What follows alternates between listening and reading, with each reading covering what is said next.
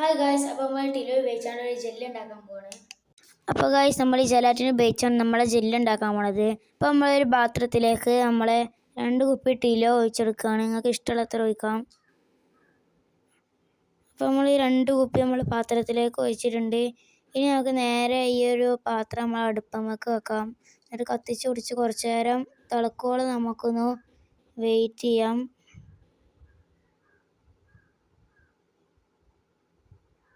ഇപ്പോൾ ഗൈസ്, നമ്മളെ ടില്ലോ ജസ്റ്റ് ഒന്ന് തിളച്ച് വന്നിട്ടുണ്ട്.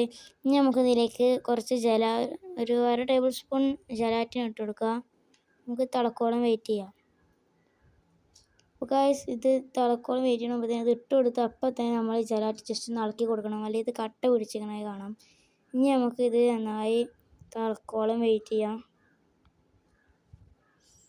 അപ്പോൾ ഗൈസ്, നമ്മളിത് എന്തായാലും തിളച്ച് വന്നിട്ടുണ്ട്. നമുക്ക് ഇനി ഫ്ലെയിം ഓഫ് ചെയ്ത് അടുപ്പത്ത് എടുത്ത് ഒരു ട്രേക്ക് ഒഴിച്ച് വെക്കുക. അപ്പോൾ ഗൈസ്, നമുക്ക് ഇതൊരു 1/2 മണിക്കൂർ ഫ്രിഡ്ജിൽ കൊണ്ടുപോയി വെക്കാം. ഫ്രീസറിൽ തന്നെ വെക്കണം. ഇത് ചൂടാറിയിട്ട് നമുക്ക് എടുത്ത് നോക്കാം.